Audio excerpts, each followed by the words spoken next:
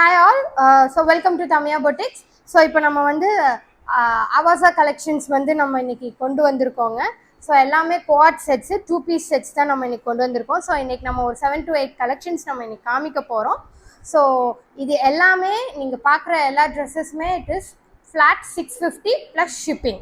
So இதில் எல்லாமே sizes பார்த்தீங்கன்னா S2 XXL மட்டும் இருக்கும், ஒரு சிலதில் எக்ஸஸும் இருக்கும்.